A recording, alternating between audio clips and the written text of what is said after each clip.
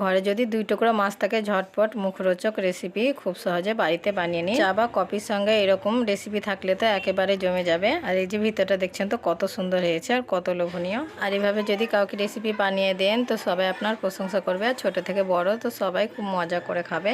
তার কথা না বাড়িয়ে মূল রেসিপিতে যাওয়া যাক। তো আজকে আমি মুখরোচক রেসিপি বানাবার জন্য এখানে আমি 2 টুকরো রুই মাছ নিয়েছি। তো মাছটাকে খুব ভালো করে ওয়াশ করে নিয়েছি। আর আমি এখানে রুই মাছ নিয়েছি, তো আপনারা আপনাদের নিজেদের পছন্দ মতো মাছ নিয়ে নিতে পারেন। তো মাছগুলোকে আমি সিদ্ধ করে নেব।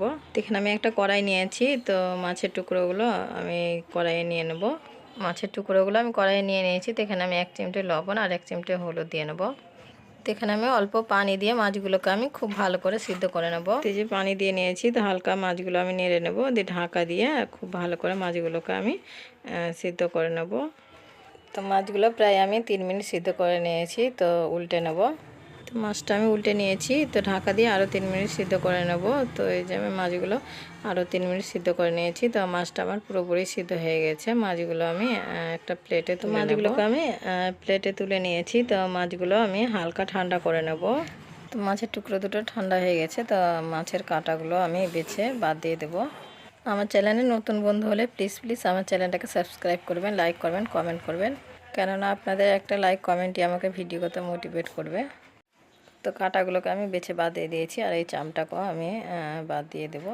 তো এখানে আমি একটা মিডিয়াম সাইজের আলু নিয়েছি। তো আলুটাকে আমি আগে থেকে সিদ্ধ করে নিয়েছি। তো খুব ভালো করে আলুটাকে আমি ভেঙে নেব। তো এই যে আমি আলুটাকে ভেঙে নিয়েছি। এখানে আমি 2টো বড় সাইজের পেঁয়াজ কুচি করে কেটে নিয়েছি, তো দিয়ে নেব। তো এখানে আমি 2টো কাঁচা লঙ্কা কুচি করে নিয়েছি, এটাও দিয়ে নেব। আর এখানে আমি কিছুটা ধনের পাতা কুচি করে নিয়েছি, এটাও দিয়ে নেব। তো এখানে আমি 1 চামচ গোটা জিরে নিয়েছি, দিয়ে নেব। আর এখানে আমি 1 চামচ আদা রসুনের পেস্ট নিয়েছি, এটাও দিয়ে নেব। এখানে স্বাদ মতো লবণ দিয়ে নেব। 1/2 চামচ হলুদ গুঁড়ো দিয়ে নেব। 1/2 চামচ ভাজা ধনে গুঁড়ো দিয়ে নেব। 1/2 চামচ ভাজা জিরে গুঁড়ো দিয়ে নেব। 1/2 চামচ ভাজা গোলমরিচ গুঁড়ো দিয়ে নেব। এখানে আমি 1 চামচ গুঁড়ো লঙ্কা দিয়ে নেব। তো ঝালটা আপনারা নিজেদের টেস্ট অনুযায়ী দিয়ে নেবেন। 1/2 চামচ বিট লবণ দিয়ে নেব। আর এখানে 1/2 চামচ আমি চাট মশলা দিয়ে নেব। আর এখানে আমি প্রায় 4 চামচ মতো বিট ক্রাম্স দিয়ে নেব। দিয়ে খুব ভালো করে আমি মেখে নেব। তো এই যে আমি মশলা দিয়ে খুব ভালো করে মেখে নিয়েছি। আর এভাবে মেখে নেবেন, তাহলে পাকোড়াটা খুব সুন্দর হবে। তো আমি হাতে অল্প তেল ব্রাশ করে নিয়েছি। তো অল্প অল্প করে নিয়ে ছোট ছোট করে আমি বল করে নেব। তো এইভাবে আমি হাতের সাহায্যে ঘুরিয়ে ঘুরিয়ে বল বানিয়ে নেব। তো এই যে আমি হাতের সাহায্যে ঘুরিয়ে বল বানিয়ে নিয়েছি। তো একই রকম করে বাকিগুলো বানিয়ে নেব। তো আবার সুবিধার জন্য আপনাদের আরেকটা বানিয়ে রেখেছি। তো আবার অল্প আমি নিয়ে নিয়েছি। তো এভাবে হাতের সাহায্যে ঘুরিয়ে বল বানিয়ে নেব। তো এই যে একই রকম করে আমি সব বলগুলো বানিয়ে নিয়েছি। আর দেখছেন তো কত সুন্দর লাগছে।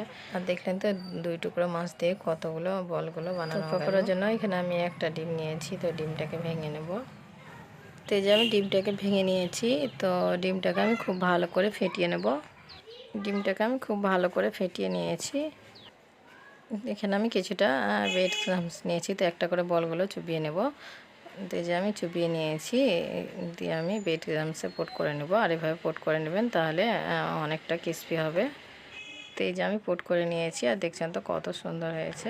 তো আপনাদের সুবিধার জন্য আরেকটা পোট করে দেখাচ্ছি। তো আবার একটা বলগুলো নিয়ে ডিমে চুবিয়ে নেব, দিয়ে আবারও আমি ব্রেড ক্রাম্বসে পোট করে নেব।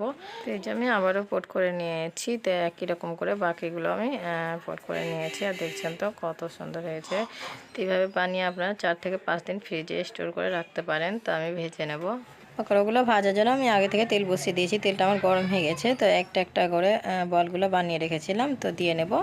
তো এই যে আমি একটা একটা করে দিয়ে নিয়েছি। তো আমি উল্টে পাল্টে লাল লাল করে ভেজে নেব। আর এভাবে উল্টে পাল্টে লাল লাল করে ভেজে নেবেন।